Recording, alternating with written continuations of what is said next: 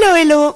Que vous soyez à la maison, en voiture, au travail ou en vacances, bienvenue sur le podcast des seniors actifs, les premiers et troisièmes jeudis du mois. À très vite! 3, 2, 1. Hello, hello!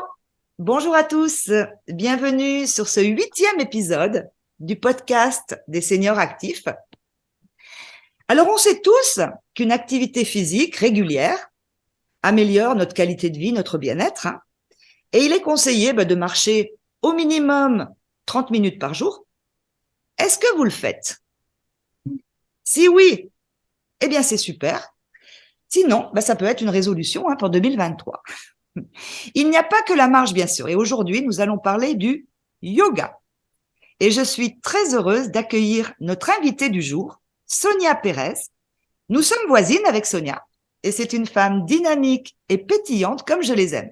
Bienvenue Sonia. Bienvenue, merci Patricia, merci. Bonjour Sonia. Bonjour Jean-Luc, bonjour à tous. Eh bien écoute, un grand merci Sonia et un grand merci de partager avec nous ce sujet qui te tient à cœur. On va parler du yoga et plus précisément des bienfaits du yoga. Et j'ai le plaisir d'accueillir aussi notre candide Jean-Luc Beckmann. Alors je ne sais pas s'il pratique le yoga, mais une chose est sûre, c'est qu'il veille à la technique. Bonjour Jean-Luc. Bonjour Pat, bonjour Sonia. Bonjour Jean-Luc. Alors Sonia, je vais te laisser te présenter, nous raconter un petit peu ton histoire. Comment, d'assistante dentaire, tu as décidé un jour d'être professeur de yoga, et d'ailleurs qui n'est pas ta seule activité, hein. C'est ça. Alors, bonjour à tous. Donc, moi, j'ai 53 ans. J'ai été pendant 27 ans, effectivement, assistante dentaire. Et il y a 3 ans de ça, j'ai décidé de quitter le salariat pour devenir entrepreneur. Donc, je suis d'abord naturopathe spécialisée en alimentation hypotoxique, donc anti-inflammatoire, depuis 6 ans, suite à des problèmes de santé. Donc, j'ai décidé de me soigner par moi-même et ensuite de devenir naturopathe. Et j'ai enchaîné aussi sur le yoga parce que j'avais des problèmes de dos, j'étais surtout hyper stressée, très sportive, mais du coup avec pas mal de douleurs physiques. Et puis, j'ai enchaîné ensuite avec la psycho-énergétique et le massage parce que je me suis aperçue qu'il fallait faire vraiment l'union entre le corps et l'esprit parce que les émotions sont aussi très, très importantes. 80%, c'est l'alimentation, mais 20%, il y a beaucoup d'émotionnel aussi derrière et du transgénérationnel et les croyances et voilà. Et le manque d'activité physique. On pourrait en parler pendant longtemps. Tout à fait, merci, waouh, quel beau parcours complet. Tu t'intéresses à tous les corps, en fait. On aborde à l'occasion des différents épisodes, le corps physique, le corps mental, le corps émotionnel. Tu parles des émotions, oui. Écoute, on va commencer un petit peu par le début, si tu veux bien, par une définition du yoga. C'est quoi le yoga? Alors, pour faire simple, en fait, le yoga, c'est l'union entre le corps et l'esprit. Après, on peut donner beaucoup de définitions, mais c'est vraiment ça. C'est vraiment le corps et l'esprit. C'est pas que des pratiques, parce qu'au départ, le yoga, c'est quelque chose de très, très, très ancien qui date du 2e siècle avant Jésus-Christ. Et au départ, c'était vraiment du statique. Il n'y avait pas de posture, en fait, dans le yoga. C'était d'abord de la méditation et des postures statiques qu'on gardait pendant des heures et des heures et qui pouvaient être même très, très dures à tenir. Mais il n'y avait pas de posture. C'est venu bien, bien après. Alors, je ne me rappelle plus exactement le nom de la personne, mais qui a mis en place, en fait, des postures et qui était à la base culturiste. Et voilà, qui s'est aperçu qu'en faisant certaines postures, il améliorait en fait sa souplesse. Et les postures sont venues au fur et à mesure avec différents yogas. Donc, il y a énormément de yogas différents. Donc voilà, la base du yoga. Et j'ai lu il n'y a pas longtemps qu'en fait, le yoga faisait partie du patrimoine culturel immatériel de l'UNESCO. Ah ouais. Voilà. Et bon, il y a plein de yoga alors, beaucoup de yoga sortent.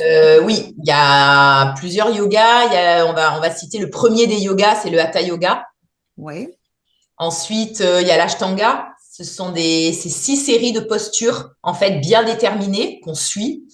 Ensuite, il y a le Hatha Iyengar, qui se fait sur vraiment très poussé sur l'alignement des postures. Ensuite, il y a le yin yoga. Alors ça, c'est du yoga qui est très doux, dans lequel on tient des postures pendant 3 à 5 minutes avec des coussins, des bolsters, des briques. Qu'est-ce qu'il y a d'autre encore? Il y a le yoga Bikram. C'est du yoga qui se fait dans des salles chauffées à 42 degrés. Donc, on va dire en slip et en soutien-gorge. Hein. Donc, voilà, c'est un peu particulier. Et puis, après, il y a eu un petit peu des déviations de yoga, qu'on appelle, il y a le yoga, comment dire, un peu équilibriste avec accroché, avec des sangles. Il y a le paddle yoga qui se fait sur du paddle dans des lacs. Voilà, il y a aussi le yoga tantrique. Alors ça, c'est qui a été dévié sur le tantra, on va dire, sexuel, mais qui n'a rien à voir en fait avec ça. Donc, il y a vraiment beaucoup de yoga. Il y en a pour tous les goûts. Et il y a aussi le yoga avec de la méditation, en fait, tout simplement, où on fait que méditer. Alors, je découvre, moi. Je savais qu'il y en avait 1, 2, 3, mais alors là, la liste est longue. Hein. Il y a intérêt à les noter. Hein. Je pense que j'en ai peut-être oublié encore, mais voilà, les principaux, ce sont ceux-là. Ouais. Et le yoga, c'est pour qui, Sonia? Alors, le yoga, c'est pour tout le monde, en fait. Maintenant, on commence, il y a certaines écoles qui ont même fait rentrer le yoga pour les petits, pour leur apprendre, en fait, la connaissance de leur corps et surtout à appréhender le mouvement. Et ça, je trouve que c'est super. Il y a la femme enceinte peut faire du yoga aussi. Le senior peut aussi faire du yoga parce que tout est adapté. Moi, dans ma formation, on a eu une journée de formation pour les personnes en surpoids, avec vraiment des postures adaptées, avec des chaises, voilà, pour vraiment pouvoir aider la personne qui est en surpoids à pouvoir aussi bouger son corps. Donc, vraiment, on peut s'adapter à tous les types de yoga, à tous les types de personnes, pardon. Donc, et c'est quelque chose qui est en fait qui devient complémentaire à beaucoup de sports parce qu'il y a beaucoup de sportifs de haut niveau en fait qui ont mis en place le yoga. Alors d'abord pour la respiration, pour la visualisation et ensuite pour l'assouplissement. En fait, c'est très complet. Ouais, c'est hyper complet. Et je sais que tu le fais sur la plage aussi, toi. Moi, je le fais. Moi, j'ai la chance de le faire sur la plage. Effectivement, j'ai pas voulu le faire dans un studio. Parce que déjà sur la Côte d'Azur, on a la chance cette année, bon, même si c'est pas bon pour la planète, pour tout ce que vous voulez, mais on a la chance d'avoir un temps extraordinaire. Et moi, je suis vraiment face à la mer. Donc, déjà, voilà, on n'est pas enfermé. Donc, on respire en plus les embruns marins. Donc, on se gorge de minéraux. Et en plus, je finis une visualisation en général ou une méditation avec les 5 éléments. Donc, le soleil, l'eau, la terre, voilà, tout ce qui est… Et j'adore. C'est vrai. Un package. Hein. Oui. Et c'est vrai qu'on a la chance d'avoir un temps en ce moment qui est fabuleux. C'est pas comme chez nous, c'est l'hygiène ici. Mais Jean-Luc, tu vas venir rapidement. Tu feras connaissance de Sonia et tu feras une petite séance de yoga sur la plage. Est-ce que tu peux nous dire, Sonia, ce qu'apporte concrètement le yoga dans la vie de tous les jours? Alors, le yoga a énormément de bienfaits. Il y a des études scientifiques qui ont prouvé les effets du yoga. Alors, je vais en citer quelques-unes. Ça fait baisser la pression artérielle. Ça diminue les risques de dépression. Ça calme le stress. Ça permet aussi de développer sa capacité respiratoire parce qu'en fait, il y a énormément de respirations différentes. Donc, il faut savoir que la respiration du yoga se fait que par le nez, ce qui permet en fait de calmer le mental, ce qui permet de calmer aussi le rythme cardiaque. Et parce qu'en fait, la bouche, normalement, n'est pas faite pour respirer. Et on a tendance de plus en plus à respirer par la bouche, alors qu'en fait, cette respiration buccale est une respiration de stress parce qu'on inspire et en fait, on monte les épaules alors qu'on n'est pas du tout fait normalement pour respirer par la bouche. Donc, ces respirations nasales permettent aussi de filtrer aussi l'air, donc de faire entrer moins de bactéries dans notre organisme. Donc ça, c'est tous les bienfaits de la respiration du yoga. Et ensuite, alors ça assouplit, ça améliore le sommeil, ça améliore aussi la digestion. Alors ça, c'est encore autre chose, mais moi, je me suis aussi spécialisée dans la stimulation du nerf vague. Donc, en fait, ça stimule aussi le nerf vague. Ça permet de calmer énormément de choses. Ça améliore la concentration aussi. Que dire d'autre C'est déjà pas mal. Ouais. Ça permet un renforcement aussi des muscles profonds. Ouais. Donc voilà, ça a énormément de bienfaits. Énormément de bienfaits. Mental et physique, somme toute. Voilà, exactement. Quand tu parles du nerf vague, on va en dire un peu plus. Le nerf vague, c'est le nerf qui rejoint en fait le cerveau et l'intestin. Hein. C'est ça. Mais il a deux parties, une partie afférente, une partie efférente. Oui. Et en fait, les données remontent du cerveau, descendent du cerveau à l'intestin et remontent de l'intestin au cerveau. Et c'est ce qu'on appelle en fait le nerf parasympathique qui gère tout ce qui est, on va dire, calmant. Voilà, pour contrecarrer en fait l'orthosympathique, ce qu'on appelle maintenant le sympathique, qui est en fait source de stress. Et on est tous en général avec un sympathique très très haut. Et d'où le malaise vagal en fait, qui vient du fait que notre nerf vague est complètement au ras des pâquerettes, ne fonctionne plus, n'est plus stimulé. Et on en arrive d'abord au malaise vagal. Voilà. Puis on n'écoute pas les signaux, mais on en arrive au burn-out. Donc, je suis Candide, donc vagal, c'est vagal. Va. Vagal. vagal. Voilà. Le nerf vague, en fait, s'appelle. On abordera dans les prochains épisodes, justement. On sait tous que notre intestin, c'est notre deuxième cerveau. Expliquer un petit peu pourquoi. Parce qu'au niveau embryonnaire, c'est la même chose que notre cerveau, hein. C'est juste qu'ils se séparent. Et les deux, après, sont reliés par. Voilà. Et c'est vrai que, enfin, on va pas tout dire, hein. Aujourd'hui, c'est le yoga. C'est ça, c'est le yoga. Mais voilà, on agit aussi à ce niveau-là. Donc, c'est complètement complet. Et je pense à toi, Jean-Luc, qui est quelqu'un qui a beaucoup de douleurs. Oui. C'est aussi anti-inflammatoire, le yoga, effectivement. Ça calme les douleurs chroniques aussi. Et Sonia, tu conseillerais à Jean-Luc un yoga plutôt qu'un autre ou? Alors, moi, je pense qu'au départ, quand la personne n'a jamais fait de yoga ou a des douleurs chroniques ou des problèmes d'arthrose, alors déjà, c'est de faire un yoga avec une personne qui est formée à ça. En général, ce sont des personnes qui sont formées en yoga de Gasquet. C'est une formation que j'aimerais bien faire, en fait. De Gasquet, c'est une médecin une médecin qui était ancienne sage-femme et qui s'est vraiment spécialisée justement pour accompagner les personnes avec des problèmes physiques pour justement, et moi ça a été mon premier yoga, hein, moi il faut savoir que j'ai une kyphose, scoliose, lordose avec hernie cervicale, hernie lombaire. Avec des douleurs chroniques au niveau du dos depuis que je fais du yoga et depuis évidemment aussi que j'ai une alimentation anti-inflammatoire, hein, parce que tout est relié. Il faut savoir que le dos et les intestins, tout est enflammé, donc toute cette partie-là peut créer de grosses douleurs.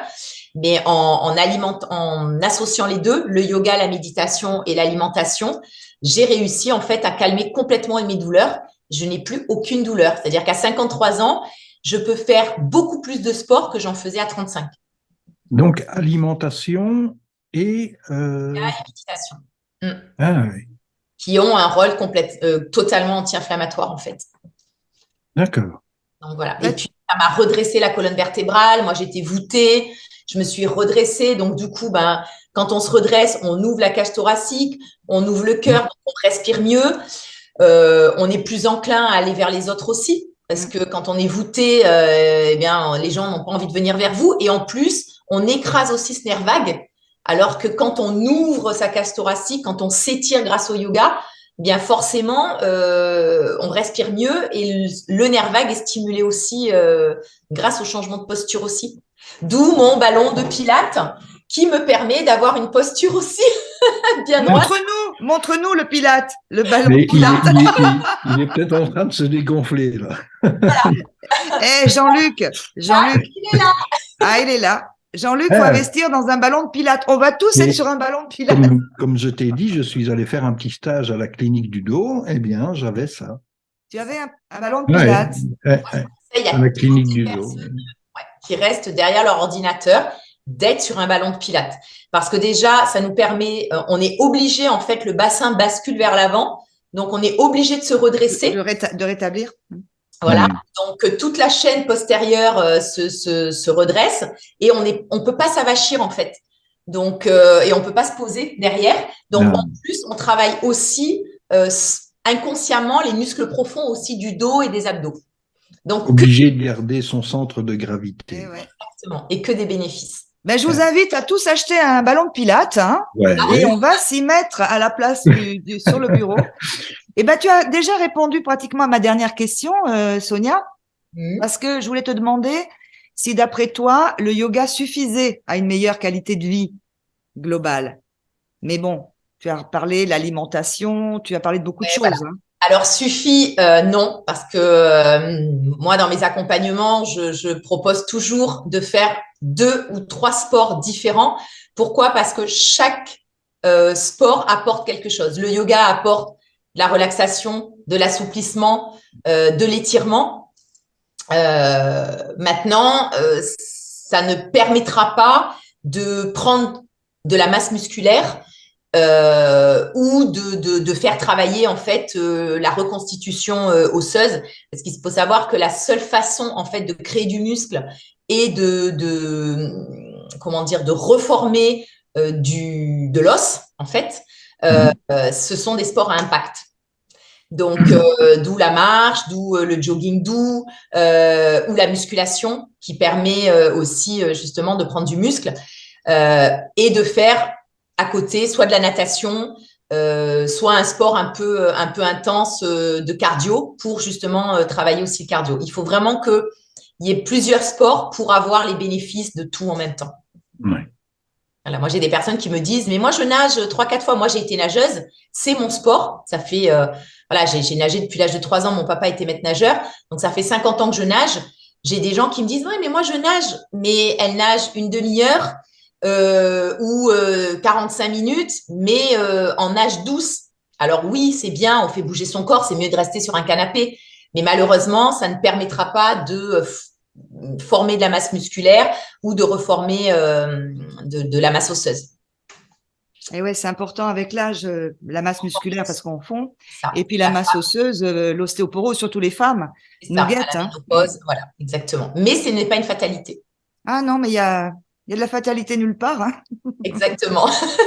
Exactement. Alors, ça clignote. Là, je sais pas si tu vois avec Oui, ben, Jean-Luc non, non, clignoter. je le vois, oui, On mais voit Sonia au-dessus, en dessous. Bah, c'est joli, hein. c'est une qualité de Wi-Fi qui est un peu défectueuse, on va dire ça ainsi. Bon, c'est pas un problème, c'est les aléas du direct. Tout à Exactement. fait. Eh bien, écoute, un grand merci, Sonia, pour cet éclairage, tous ces bons conseils. Et puis, je vais te laisser le mot de la fin, Sonia. Eh bien, le mot de la fin, prenez vraiment soin de vous. Sachez que la santé, on se la crée aussi, qu'il n'y a pas de fatalité et que voilà, faut vraiment prendre conscience que à l'heure actuelle, arrêtez d'écouter les lobbies pharmaceutiques, industriels. Faites-vous accompagner par des personnes compétentes et cherchez aussi les solutions par vous-même parce que à l'heure actuelle, on a une grande chance, c'est que on peut tout avoir, le bon comme le mauvais. Mais si on veut vraiment trouver des solutions, on peut les trouver. Et c'est pas grâce à la télé et ce n'est pas grâce aux médias. Ben oui. Voilà. Les solutions naturelles, oui, effectivement, et à tout âge. Et je dirais peut-être aussi qu'il n'y a pas d'âge et il est jamais trop tard. C'est ça. Moi, ma plus vieille cliente, elle a 83 ans et elle a réussi à récupérer de l'énergie même à 83 ans. Donc, Fantastique. il y a pas d'âge. Il n'y a vraiment pas d'âge. Il faut juste le vouloir et avoir un peu de volonté, mais surtout prendre conscience en fait de ce qu'on a vraiment envie et de pas se laisser embobiner par voilà, par les médecins, comme moi je l'ai fait pendant 25 ans et j'ai réussi à m'en sortir quand même. Donc, plus vous en prendrez conscience tôt, plus ce sera facile et rapide.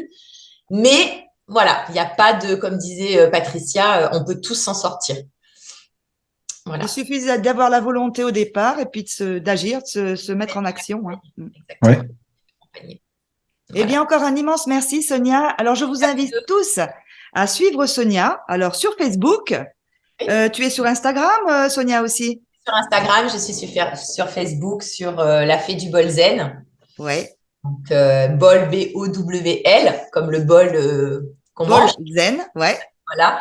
Et Sonia, l'assiette zen, sur ma page pro. Voilà. Et si tu nous indiqueras ta page Facebook et Jean-Luc va se faire un plaisir de nous Oui, rajouter ça. une petite carte de visite de générique. C'est ça. Voilà, dans le générique. Jean-Luc, on se retrouve tous les deux pour le prochain épisode. Ben oui, on parle de quoi, Pat, la prochaine fois? Alors, on se retrouve le jeudi 2 mars. Oui. Le thème, alors on parlera des graisses. Alors, gros, gras, graisse, point d'interrogation. Et En fait, Jean-Luc, on il faut va que je paye des apprendre poids. à mieux les connaître, hein. Surtout les bonnes graisses, parce qu'on a déjà parlé un petit peu dans l'épisode précédent pourquoi on mange des mauvaises graisses. Hein. Apprendre à connaître les bonnes graisses et surtout à voir où se cachent ces bonnes graisses dans nos assiettes. Je vous Fantastique. dis à très vite. Allez, à bientôt. Merci à vous. Au revoir.